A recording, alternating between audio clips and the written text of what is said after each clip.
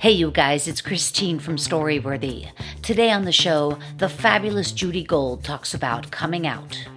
I knew that I needed to go to therapy because I needed to tell someone that I was gay because I had a relationship in high school, but everything was hidden and no one knew and everything was secret. I said to the therapist, well, I have something I want to tell you this week. And she says, well, I have something I need to tell you this week. And I said, oh, okay. She's like, why don't you go first? And I said, well, I think I might be gay and I was with a girl, And I said, well, what do you have to say? And she said, I'm moving to Florida and this is our last session. Today on the show, the amazing Judy Gold talks about coming out and her new book, Yes, I Can Say That. When they come for the comedians, we are all in trouble. Hey, my name is Judy Gold and you're listening to Storyworthy.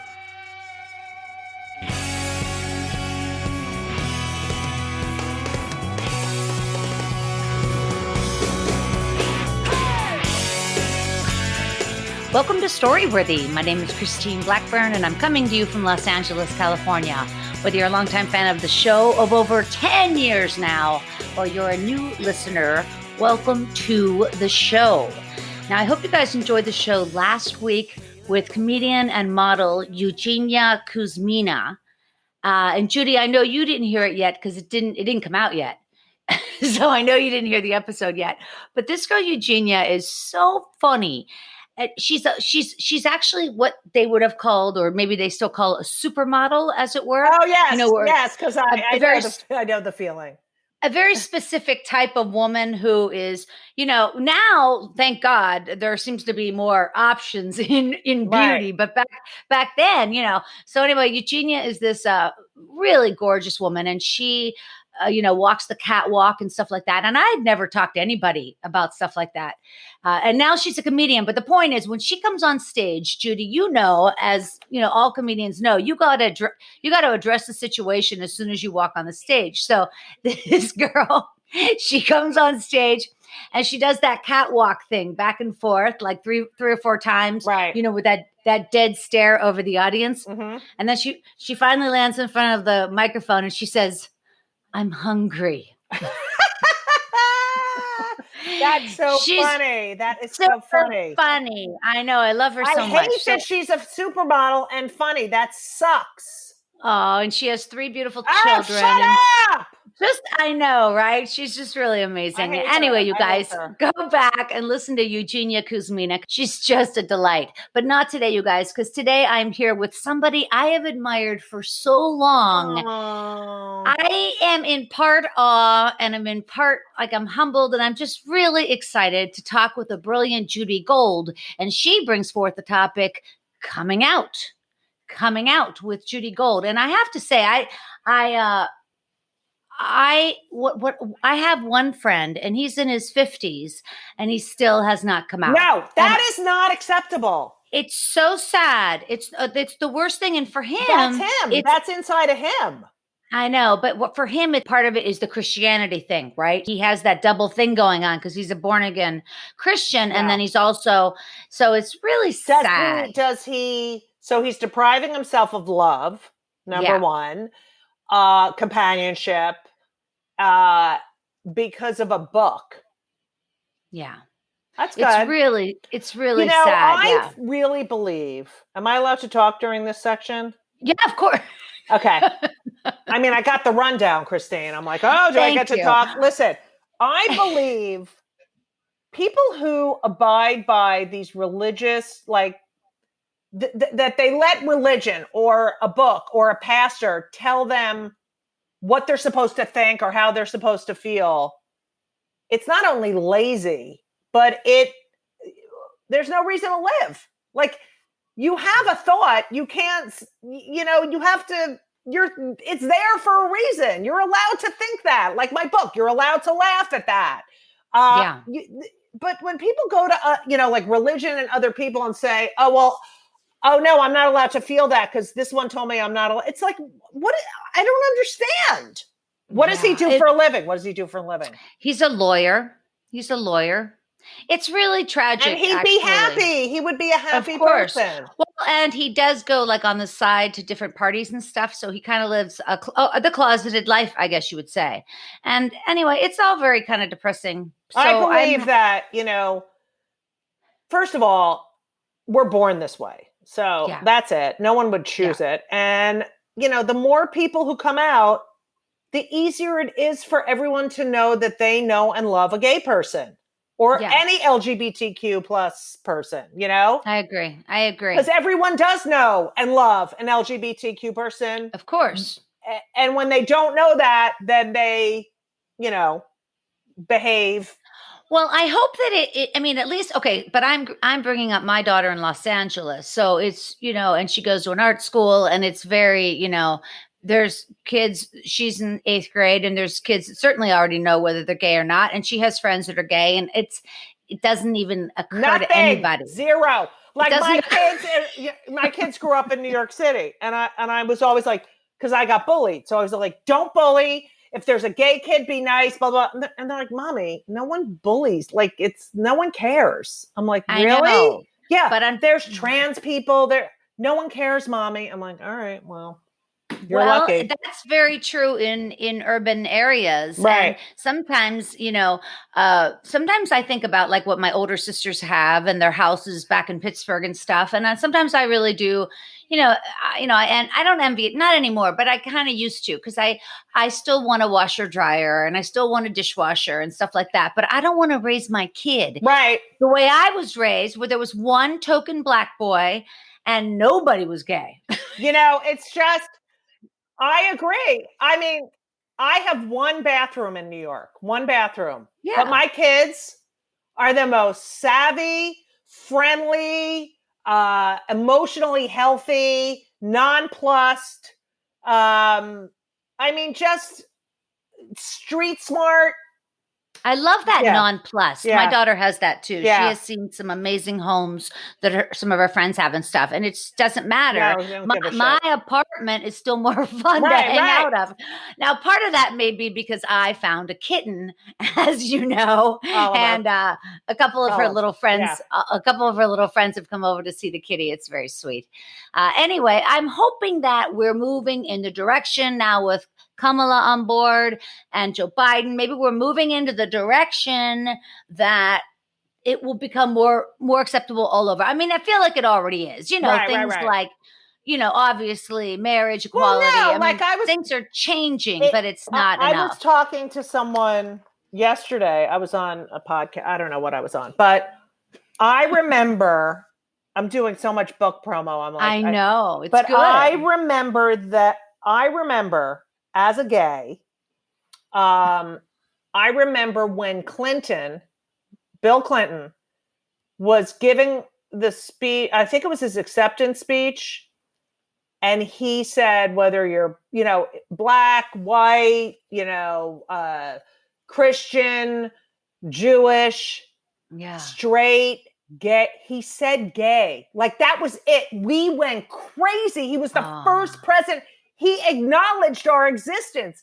Just saying that word. And I was talking to another gay who was my age. And she was like, I remember that. Like, it was like, oh my God, just the word.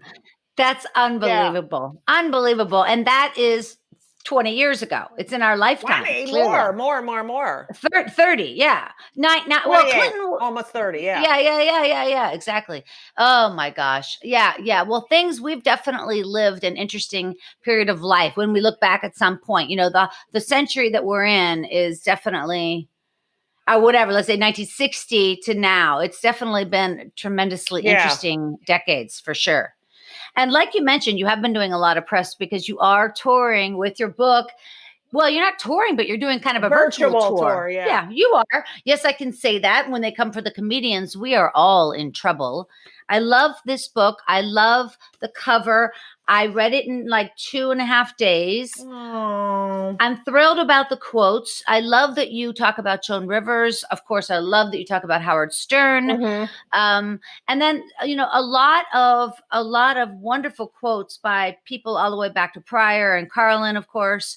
By the way, did you know that they are going to do Yes! Judd Apatow got the clearance to do the HBO thing on Carlin, so that's very exciting. I know. I just hope he doesn't. He all his movies are so feel good. I hope they just keep it. Well, Kelly will have something to do with it, I think. She's Kelly awesome. Carlin. I love her. She's hard. I don't know if I meant to say HBO. Is it HBO or did I make that up? I think it's HBO, yeah.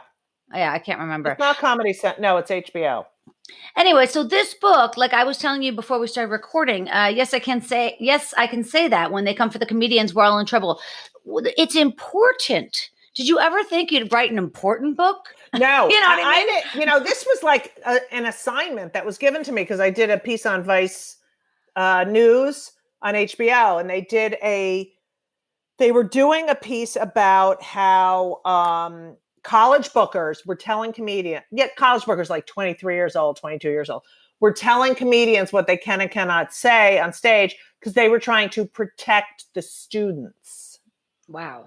Yeah. And I was the opposing view on this piece. And it got a lot of play and people really reacted to it. And HarperCollins came to me and said, will you write a book about this? And I thought, oh my God, this is like, because I am constantly on stage, people, now there's so many, no one in the 80s went, ooh, and now it's constant. And I'm always like, oh my God, shut up. It's not about you. And, and it was just fascinating. I mean, the process of writing a book, it was daunting, but it was also... But you had some people helping you out in terms of pooling all of these resources. You'd think like, oh yeah, Carlin, Pryor, Bill Hicks, you're going to go to those people automatically. But you put it in a way that it is like by the year practically in the book. Well, yeah, it's sort of like the history of how we got to this point. And I had someone help me with research because I knew what I wanted to talk about. I did a lot of research on my own.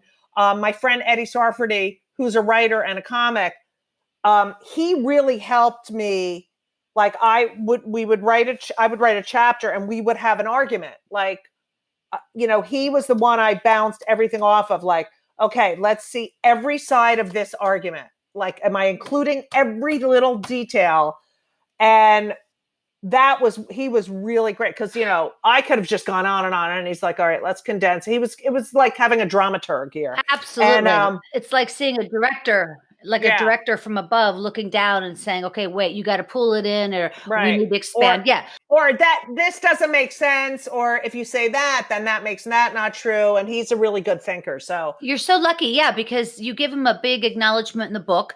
I was wondering how to pronounce his last name. Sarfati. Yeah. Sarfati.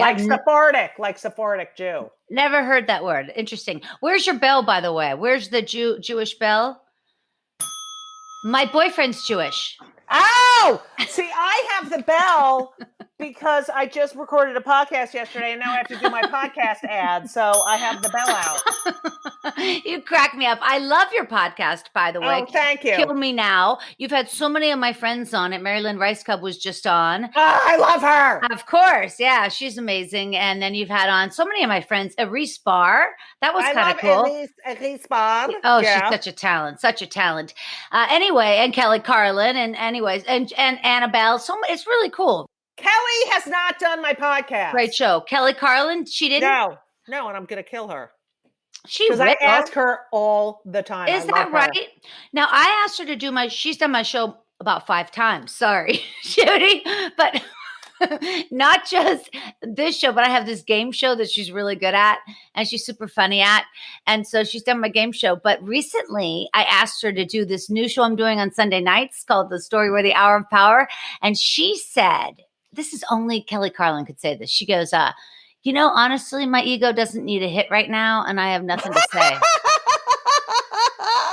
And I'm like, wow, I don't know if I can get to that point. She's as brutally honest as her father. Is that the best? Yeah, it's really great. Anyway, so the book is it's really thorough and it's it should be required reading. I'm going to say You're the third person that told me that. The age, I'm going to go with the age of 15 or 16. Younger than maybe others. I think people you're right. Might go college, but we got to get these kids early to understand. Now, here's the thing. When you talk about censorship, one thing you talk about in the book is how Andrew Dice Clay is playing a character.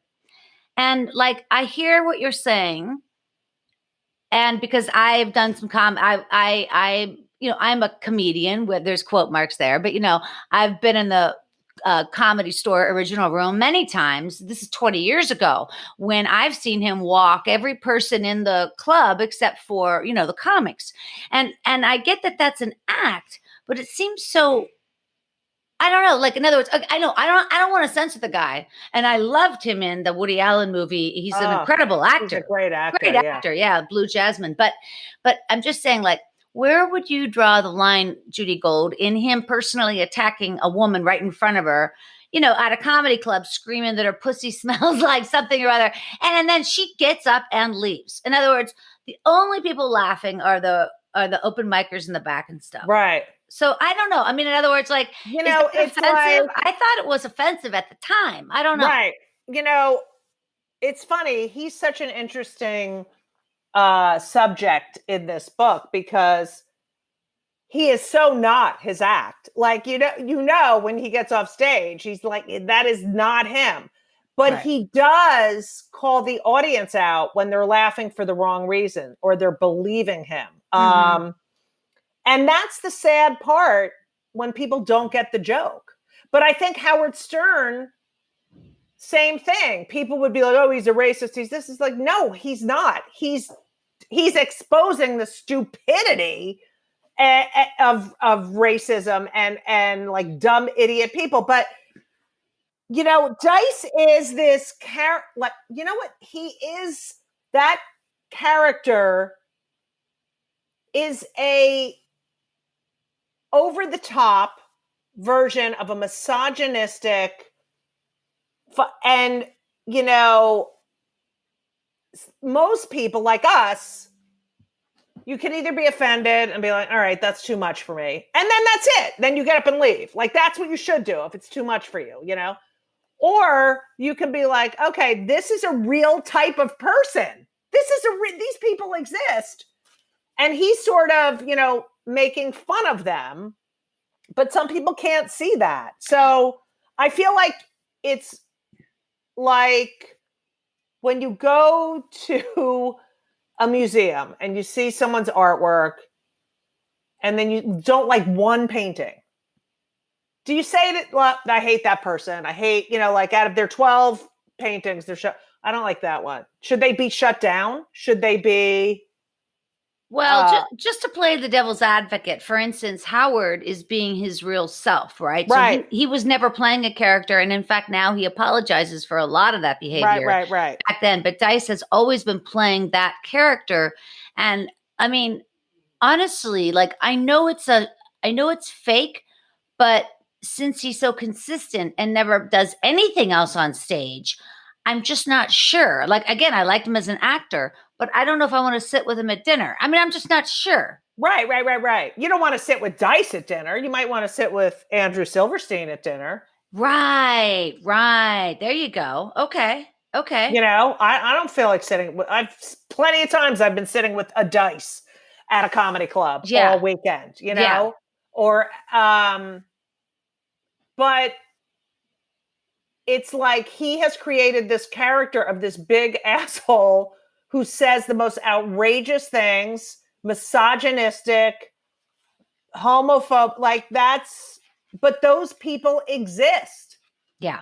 And if you say, oh, I love Dice because I love what he's saying, instead of getting the fucking joke, that we're laughing at people who do, like, it's so over the top. Like, hey, how you doing? Like, it's so ridiculous. Yeah, it is. It's so ridiculous. It's just so stupidly ridiculous. And there are people like that. But some people don't get the joke. But I love that you talk about him in the book and that you address it, and you address so many comedians like like Joan Rivers, who I loved so much as Oh, well, same. and how she had that way of being so insulting, but then coming back and just being super sweet.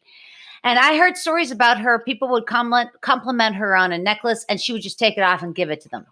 She was not only was she classy and smart, one of the kindest people, like so kind. Um, and she never apologized. I just had this discussion on another interview that the only time everyone used to get on her about the Elizabeth Taylor jokes, and she checked with Roddy McDowell, they were both friends with, and said, "Is she upset about it?" And Elizabeth was like, "No, I don't care." And yet everyone else was like, "Oh, how dare you!" But the only time she really took a joke out of the act was she was doing a joke about Willie Nelson, and his daughter, who must have been like 10 or 11 at the time, wrote her a letter saying all the kids are picking on me at school because, and she took it out of the act, I mean, it's not like she didn't have a conscience, but she did say everything everyone was thinking. Yeah, and was afraid to say. She was fearless. She was conversation. It was like she was talking to you, and all this shit that you're whispering and calling your friends about. And now all of a sudden it's offensive. There are so many quotes in the book that I totally laughed out loud. I mean, I totally guffawed at, of different people's books, like Kathy Ladman, who I adore, Carol Leifer, Wendy Liebman, Rita Rudner. Rita Rudner, she kills me, man. She's so funny. Half of Rita, you have 4 of hers in here, and I could finish 2 of them, the sentences, because her comedy is so prevalent to me. But I do love, and Elaine Boosler, I just love how you do, you highlight so many wonderful female comedians, Paula Poundstone. Hey, so you live right now, in the summers, you're in Provincetown, Rhode Island. Massachusetts. But I've been here since March, actually. Oh, wow. So it's so amazing. I bought a house here in 1994 when I was on All American Girl with Margaret Cho. I took the money and bought this house. And through the years, through my divorce and, you got to sell the house, Judy. You don't have any money. You got to sell. And I was like, I'm never selling this house. I'm never selling this house. And I mean, became so overly mortgaged, but I never got rid of it. And thank God this fucking pandemic. I've been here since March, and it's like I'm at the beach. I go hiking. Yeah. And you've gotten these outdoor concerts recently. So you're playing gigs I'm doing outside. Monday nights and Wednesday nights here. It sounds like a really, right now, it's a good life. I mean, except for the pandemic part, it just sounds like things are going well for you there. I've been there one time. It was in the mid 80s. And I remember it just being so beautiful. And the huge sand dunes, right? Your sand dunes are huge. Dunes, and they have bike trails through the dunes. Where it's the most beautiful bike trails in the world, they say. Some of them, top 5. There's the bay and the ocean. So the light reflects off. So there's Robert Motherwell lived here. There were so many writers. John Waters lives here. It's an artist colony. Yeah, totally. And it was always that gay people, LGBT people, were the norm, and the straight people were the other. And that's what was so great about it. People could get away for a week and be who they are. Yeah. And now we wanted equality, so we have a lot of straight people here. Interesting. Yeah. That's not when you ring the bell. I threw the pen and it hit the bell. We actually have a few things in common, Judy. We both listened to a lot of Jesus Christ Superstar growing up. That I know. Yeah, I love that. And my mother was like, "What's that from?" And I'm like, "Jesus, what?" And we both ran a marathon. How many did you run? I did the New York, but I did a lot of half marathons and other marathons. I have a fake knee. I only did one full one, but my brother and sister-in-law and my nephew, this is how they are, or they were. They're not anymore. But it used to be like, oh, I just read there's a marathon this Sunday. We should run it. Like that. That was. That's so funny. That's really funny. I know a guy like that who just has run like 15 marathons a year. Like, I don't know what that's all about. I ran one, but I mean, believe me, I was hurting Which big one time. did you run? LA in 99. I ran, oh my God, did I run in 99? 97. I ran 97. New York. It's Yeah. so hilly. And there was a torrential rainstorm right in the middle. Oh my gosh, really? And I went to go take this should have been my story. I went to go take a shit because when you're running a marathon, you have to go to the bathroom, you have to hold it in when you're running a race.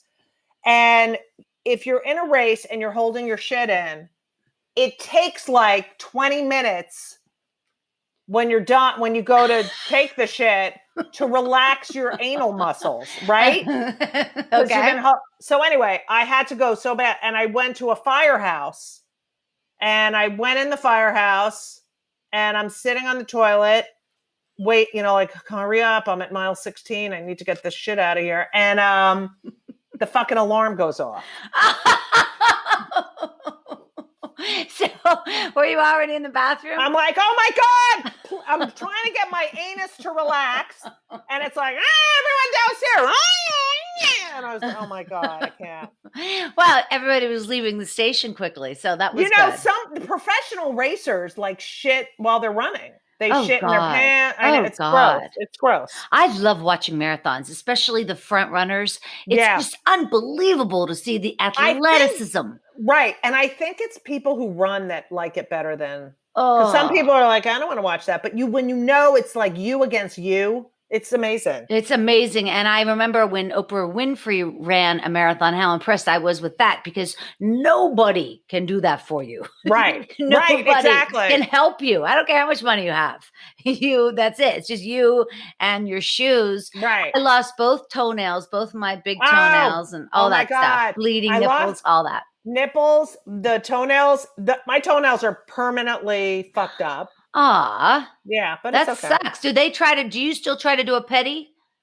I do, but now they were so going ingrown from being, like they turn black and fall off all the time. And then they were growing in like, so I had the roots killed on the end. So now I have like a little V. It's gross. And I haven't had a pedicure.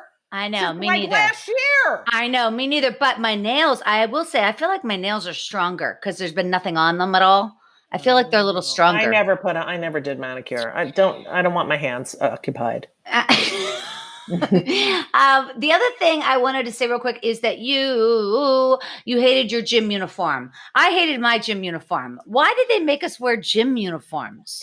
There are so many things they did to us that now I would never let my daughter go to a school like that. Like that would never happen. First of all, not only the gym uniform, the weighing and measuring you in front of the entire school. I mean, what was that? Those physical fitness things. Okay, you got to do pull-up. Rope. It was like I'm like, I can't climb a rope. I can't do a pull-up. I want to do this. Like, don't make me do this. It was so, and home ec. I fucking hated home ec. I have to show you this. You see these candlestick holders? Yeah, you did. So, okay, you see them? Yeah. When I bought this house, my mother gave me them as a housewarming gift. I made them in 7th grade shop. That is so awesome to have hanging in your house. Yeah. They actually look like sconces, don't they? Yeah. They're really on the wall. And my son was like, can we get rid of those? And Elisa was like, no! Yeah, never. Yeah. That's a gold mine right there. But I remember having to take sewing, and then we had to take cooking. Oh, I know. Which we really liked cooking class, though, because you could play with the food. You know what I mean? It was kind of a... Well, the sewing I hated. And then I remember learning how to answer the telephone. You had to, remember in 3rd grade, you had to say, hi, this is Judith. The gold, this is, wait, hello, you've reached the gold residence. This is Judith. How can I help? Like, they taught us how to fucking answer the phone. That is so funny. That's awesome. That's awesome. Well, listen, you guys, let's get right over to Judy's story, because I really do want to hear this coming out. You did not talk about this part in your book at all, so I look forward to it. And you are such a thought leader. That's what you are. You're a thought leader, Judy. So I'm really excited about this. In 2017, Rolling Stone called you one of the funniest comedians. That's huge. They did? Yeah. I looked it up. It's true. I looked it up. You are obviously a comedian. You're an actress, a television writer, and a producer. You won 2 Daytime Emmy Awards for your work as a writer and producer on The Rosie O'Donnell Show. Do you have those? Do you have your Emmys there in? No, they're in New York. They're in New York. I see. And you have also starred on comedy specials on HBO, Comedy Central, and you've written and starred in 2. And Logo. Okay, Logo and Logo. What is Logo? It was, I don't think it's on anymore. It was supposed to be like pre-Bravo. Is that Quibi? Is that Quibi thing still real? I don't know. I'm looking up Logo now. Things come and go. It's really interesting. I know. We're in such a wild time. I mean, Trump wants to take away all of TikTok. It's still there. You're on Logo, right on. Yes, it's part of Viacom CBS. Okay. Now, you have 2 critically acclaimed off-Broadway hit shows, and I believe they were both solo shows, right? Yes, 25 Questions for a Jewish Mother. And My Life is a Sitcom. It's Judy's show. The Judy show, My Life is a Sitcom. And I've done one solo show, and I know that takes a hell of a lot of work. So that is so impressive that you've done 2. And you've taken them really far. I mean, you were off Broadway, but they've been critically acclaimed. Yeah, one of them ran for like 3 years, and then I was at the Geffen. I did one of them at the Geffen. Love that theater. The Geffen Theater in Westwood here in Los Angeles is a beautiful theater. It's like perfect acoustics. Can you imagine though if you were like to get a write up as a solo performer and they just like totally dissed it? Like that would be so shitty. But it happens all the time. But who would you like? If like, I feel like if it were to, I'm just talking about reviewing a solo show. If you were reviewing a solo show, if you wrote a really critically horrible article about them, I feel like I would just feel like shit. In other words, don't say that part. That just say the parts that because you have to take on all the roles. I'm just saying, director, producer, actor, writer. You're all right. It's such a personal assault. I mean, I was personal, and that was one of the stories I was going to tell about, but I'm not doing that story today. Yeah, but that's love that. But you know, maybe I'll do that the next time. Personal, please do. In terms of like, how could somebody be critical? I mean, that's like, how can they be critical of critics? Like, why are there critics? It's like. It's such a personal thing. That's what I mean. Critics are so fucked up. That's why really you can't. It's really fucked up. And now you are currently the host of the hit podcast Kill Me Now, which I do listen to every single week. Thank you. I like how you cut up the interviews in part 1 and part 2. Sometimes I consider doing that, and then I don't know why I don't. Sometimes I should. Well, mine go on and on and on and on. So I guess because I have more of a structure, maybe that's it. Anyway, the point is you guys can find Judy over at her website, judygold.com, and also follow her at Judy Gold on Twitter and Instagram. And for some reason, I don't know why anybody didn't think of this before, but I never saw anybody spell it Jewdy. Oh, yeah. That's my Twitter. That's super funny. Judy Gold. Very funny. Please. See how many people are like, that's insulting. I think it's hilarious. All right, you guys, wherever you are, put your hands together for Judy Gold. Oh, thank you. So this is a story about coming out. I always knew I was gay. I always knew since I'm 3. I always knew there was something different about me. I didn't know what it was until you become a sexual being, like 11, 12. And I always had crushes on girls, and I would always go home after school. I was a latchkey child, and I would put on my father's clothes until everyone got home. And when I was 18 or 19, I said to my parents, I want to go to therapy. And my mother signed me up to go to the Jewish Family Services because we're very Jewish. And so in Elizabeth, New Jersey, there was this Jewish family, and they had therapists. They were certified social workers. And I went in, and I knew that I needed to go to therapy because I needed to tell someone that I was gay because I had a relationship in high school, but I don't know what I would call it now. Everything was hidden, and no one knew, and everything was secret. So I would go to therapy every Friday to Elizabeth, and then I would visit my grandmother afterwards because she lives in Elizabeth. So I have been going, I'm going every week. And then finally one week I'm like, I'm going to tell her, I'm going to say it. Because I could sit there and talk the whole time and not say anything. So I said, all right, I'm going to tell. So I walk in. I've decided I'm going to say, and you have to realize we're talking about 1980. Like, no, being gay, it's such an interesting thing that when you're little, this is something wrong. There's something wrong. I can't ever tell anyone. It's even when no one talks about it, you knew that. So I decide I'm going to go in. I go into therapy. And I said to the therapist, well, I have something I want to tell you this week. And she says, well, I have something I need to tell you this week. And I said, oh, okay. She's like, why don't you go first? And I said, well, I think I might be gay. And I was already with, I probably said a girl, And so I really need to talk about that. And she says, and I said, well, what do you have to say? And she said, I'm moving to Florida and this is our last session. Which I think should be the story of my life. That is pretty much the story of my life.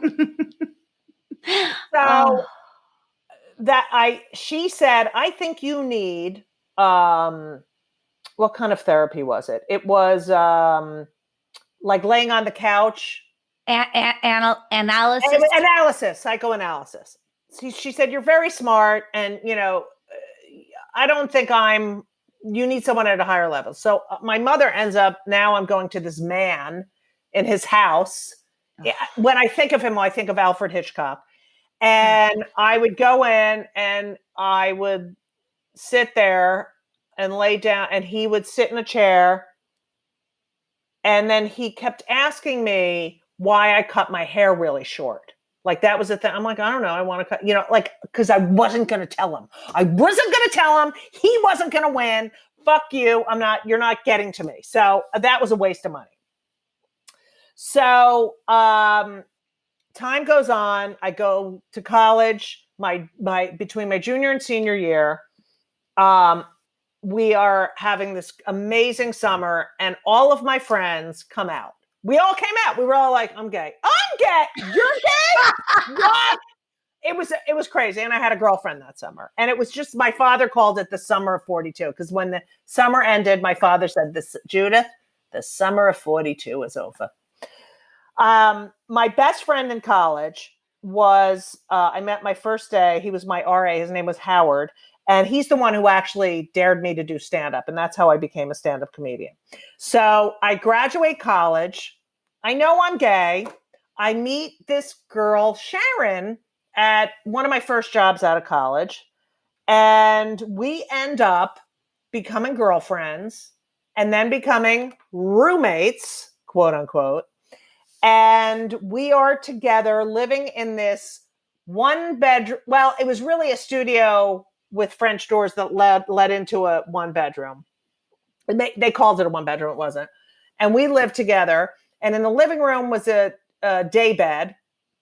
And in the other alcove, the sleeping alcove, was a queen size bed with two alarm clocks on the side. So we're living there and we're both working. I'm doing stand up at night. And I have an older brother and older sister, very straight laced. You would never know. Just, we look alike, but then you would say, how did you grow up in the same house? My sister at this time was about 27 or 28, and she was still living at home with my parents. And my parents, especially my father, was very close to my father, was like, Judith, we got to get her out of the house. I know. And I said, you know what? Why don't you guys go to therapy? And they were very open. They're Jewish and smart and intellectual. So they said, sure. And my sister had started going to therapy and she went to this woman, an Israeli woman. And my parents ended up going to the Israeli woman's husband, who was also a therapist. So one day my sister says to me, my brother had moved to Arizona and gotten married, and my sister and brother were never not nice. Okay. Even though, don't say that anymore. But my sister one day says to me, would you come to therapy with me? So I said, sure. So I get on the train and I go to New Jersey, and we go to this therapy session with her therapist. And her therapist says, Judith, welcome. Jane wanted to bring you here. Is there anything, she says to Jane, is there anything you want to tell Judith that you've never told her, that you want to get out in the open, that you need to tell her? So my sister says, well, I'm really sorry for how I treated you at growing up, and I'm sorry, and I love you. And I said, oh, that's nice. And then the therapist says to me, is there anything you want to tell Jane that you have never told her? And I said, anything? And she said, anything. And I said, all right, well, Sharon and I are gay and we're girlfriends. And my sister says, oh my God, what? Oh my God, I can't believe, are you kidding me? You're lying. Oh my God, don't tell mommy and daddy.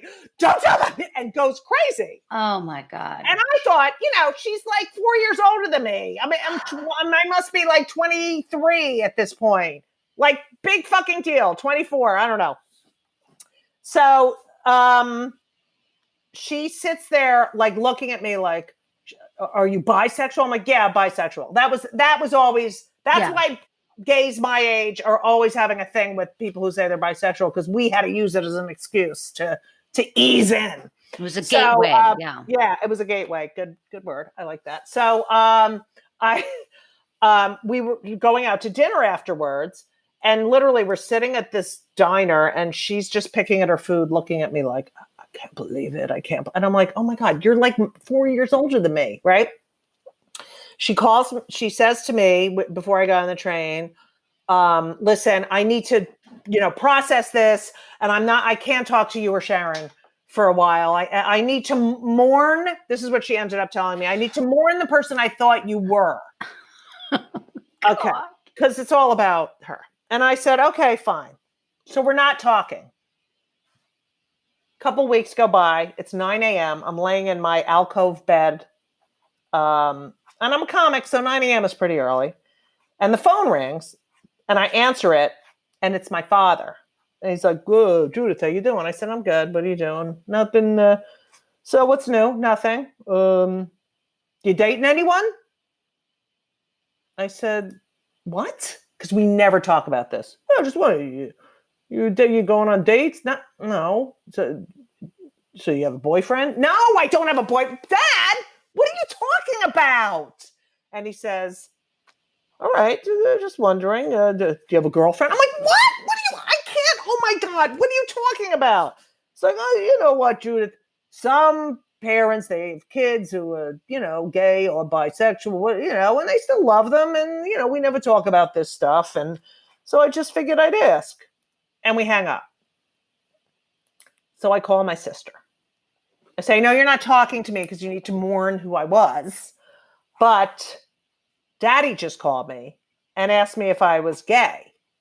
So apparently your therapist told her husband what we talked about in our session, and he brought it up because when I had said to my father, I said, wait, why are you bringing this up? We were in therapy, and the therapist, said, did you ever think any of your kids were gay?" And I was like, "Oh, maybe."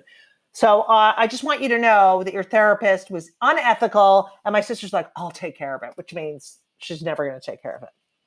So time goes on. We never talk about it again. Eventually, my sister starts talking to me.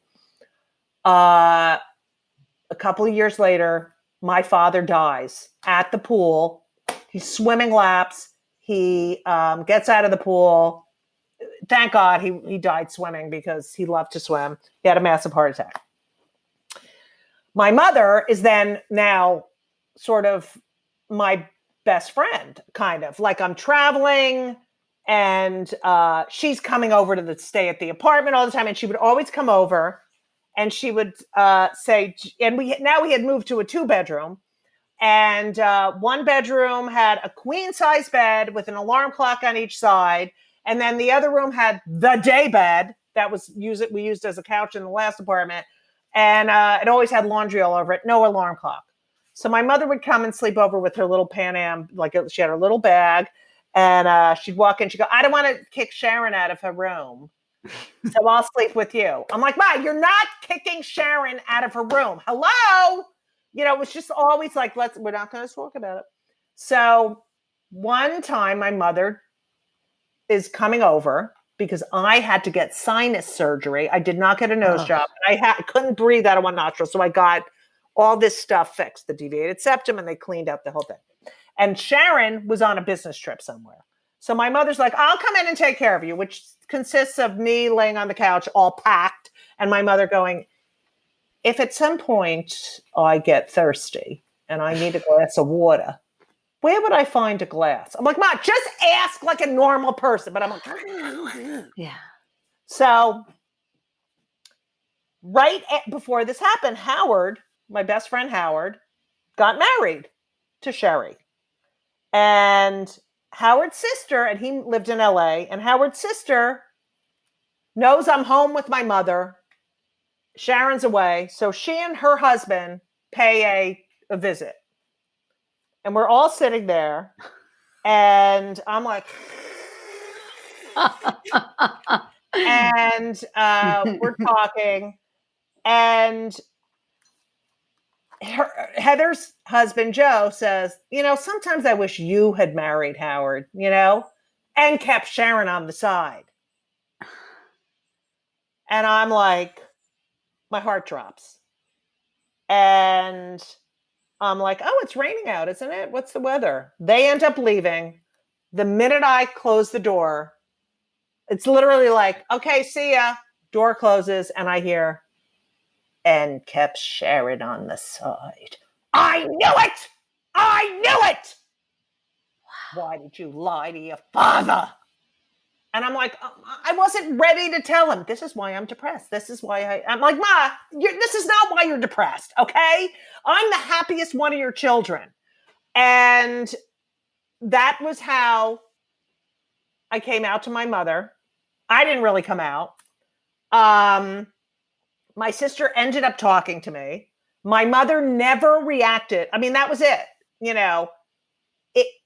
It was like sort of a divine intervention because I didn't have to do it, but she knew.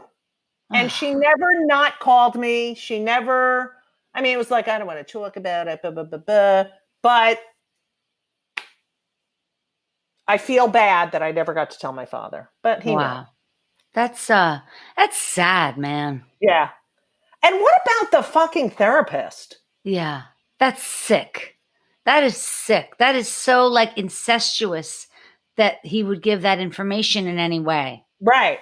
That's like, it's almost weird though to have you guys all seeing people, therapists, that was weird to begin with, that just so happened to be. I didn't go to, it's that my sister was seeing a therapist and then they went to a related therapist. Right. Yeah. How's your sister now? Oh, she's fine. Yeah. She's a Republican. Yeah. I know what you mean. My family back in Pittsburgh, I get along with most of them, but it's just a different. She doesn't care. She has gay friends. She went to a PFLAG meeting. She really doesn't care.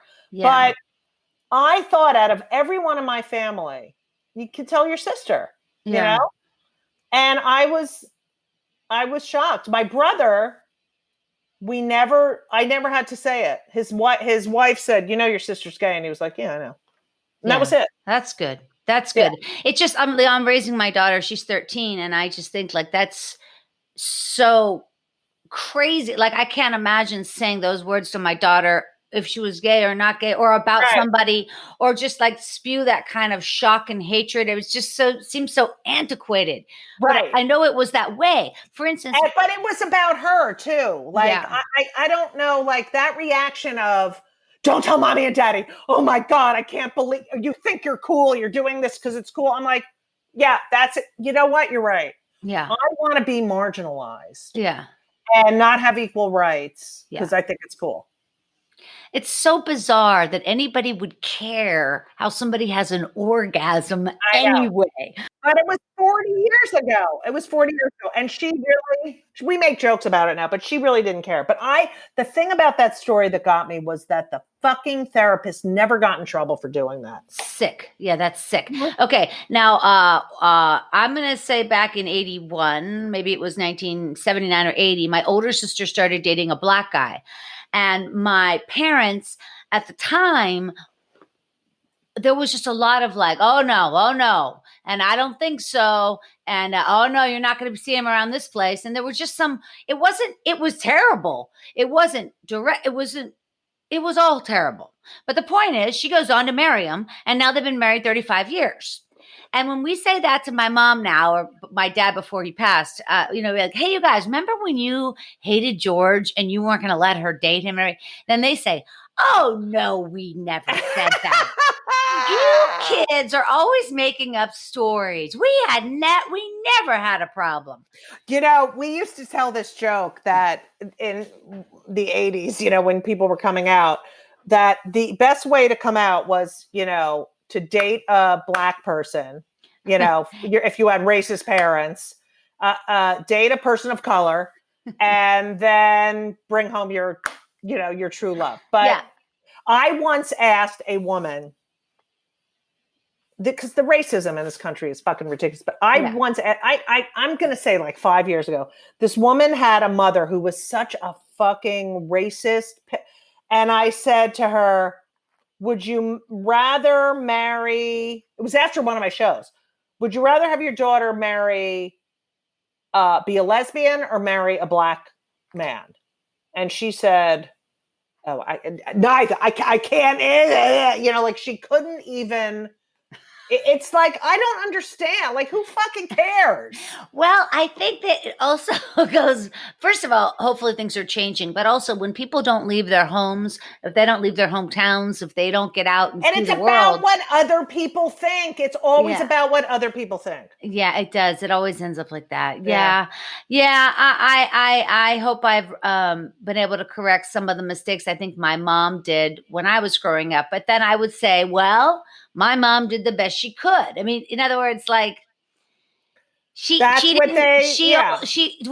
meet my dad when she was 18, and she did have 6 kids by the time she was 30. So she kind of, she's in an arrested development in a way at the age of about 15. So she can't, because she got to feed the children, number one. Yeah. My mother was 41 when I was born. My father was 48. I thought that was interesting. I read that about you. I was 41 when my daughter was born. Yeah. And I still feel like I act the youngest of all the parents. Oh, please. Of course. I bet your nieces and nephews that you were talking about are gorgeous. Yeah. Are they gorgeous? Yeah. Oh, yeah. Oh, absolutely. Yeah. Oh, wait. No. My sister, they never had kids. Wrong sister.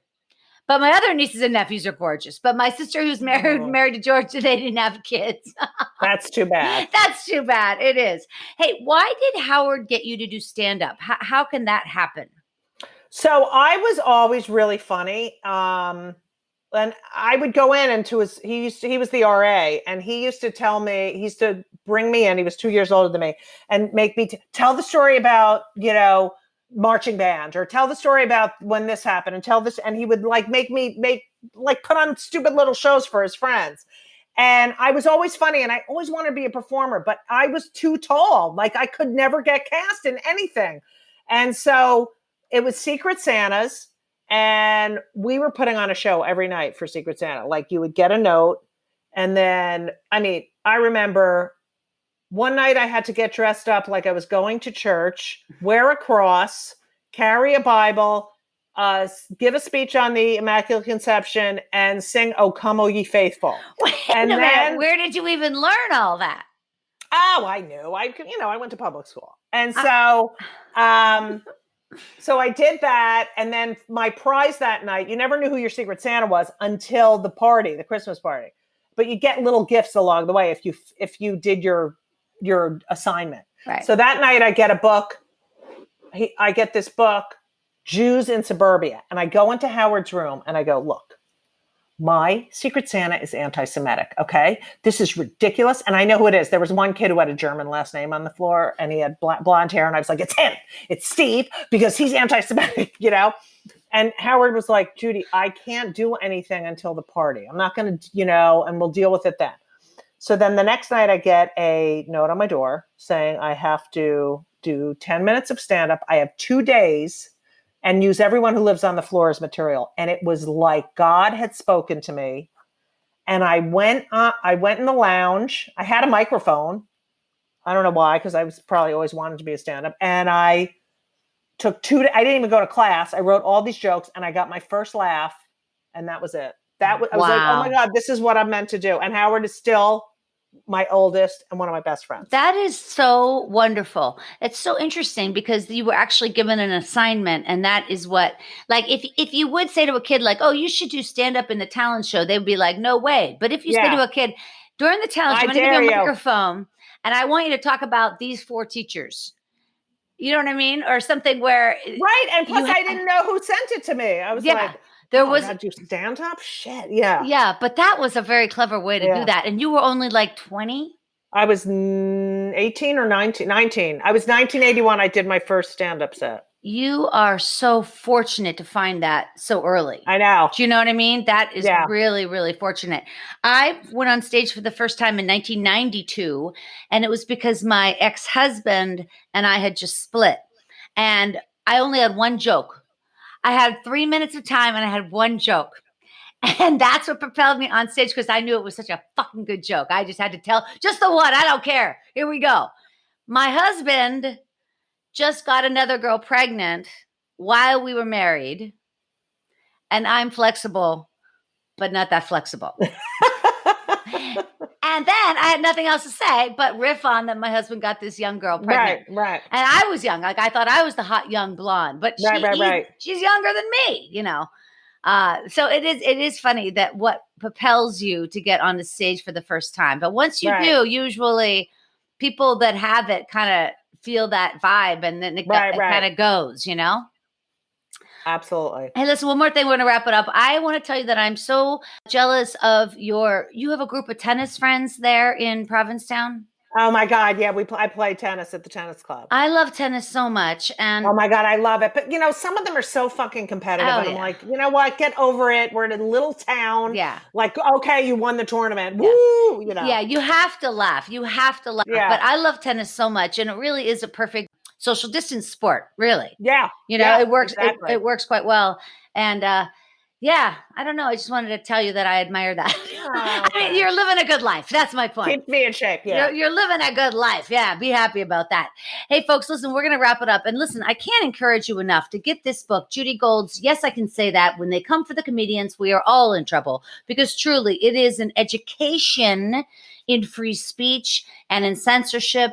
And I love, like I said, how you dive into things that are controversial. You know, when Dice Clay speaks, it's something, you know, right, but you have to. Yeah. Unless you talk about stuff, there's no growth. And then you even bring up Louis C.K., which is, you know, that is not verbal anything. That's like assault. What is that? Right. That's it's not even in the realm of comedy. Right. He wasn't doing comedy. It had nothing to do with comedy. Right. Exactly. He was breaking the law. Right. Anyway. Well, yeah. Will you listen? No, I know people said they were consensual. So I don't know. I don't like it. The point is, I don't like it, but I do love you. And you're entitled to that. But thank you. Yeah. I'm blown away that Dave Chappelle has put him back on his ticket. I don't know. It's just, whatever, man. Boys will be boys, I guess. I don't know. That's terrible. I'm going to cut that out. All right, you guys. I got to wrap it up. I want to thank you so much. Thank you for having me. For tuning in. And don't forget to join me on Sunday nights, you guys, for the Storyworthy Hour of Power every Sunday night at 6 o'clock. We're going to keep doing it through the entire pandemic. 5 people telling 5 true stories in 1 hour. And then we're playing Story Smash, the storytelling game show in the after show with Blanca Patch and Danny Zucker. So it's a blast, you guys. Come on by. It's an all play. You'll find tickets at storyworthypodcast.com. And remember, there's always a free option. All right, you guys, one more time on behalf of the very talented Judy Gold. Thank you so much. Really. Thank you. Oh, thank you. This was amazing. And your book is the best. All right, you guys. Christine. My name is Christine Blackburn saying, make it a story-worthy week.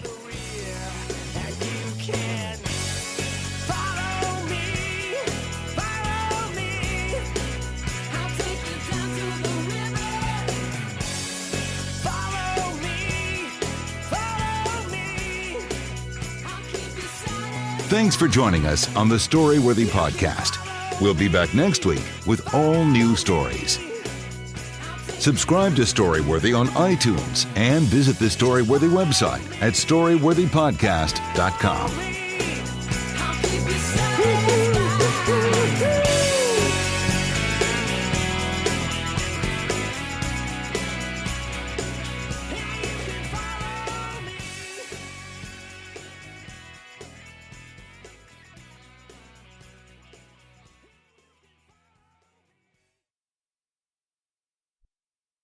Membership fees apply after free trial. Cancel anytime. Can I be real for a second? That goal you have to exercise and eat better, you really can do it. But nobody is going to do it for you. And nobody has to, because you can do it if you have the right tools and a community that cares about helping you get results. And that's us, Beachbody. It's as convenient as your TV or laptop, but you need to decide that you're worth it. Let us help you succeed. Here's how. Go to beachbody.com to claim your free membership and start feeling great.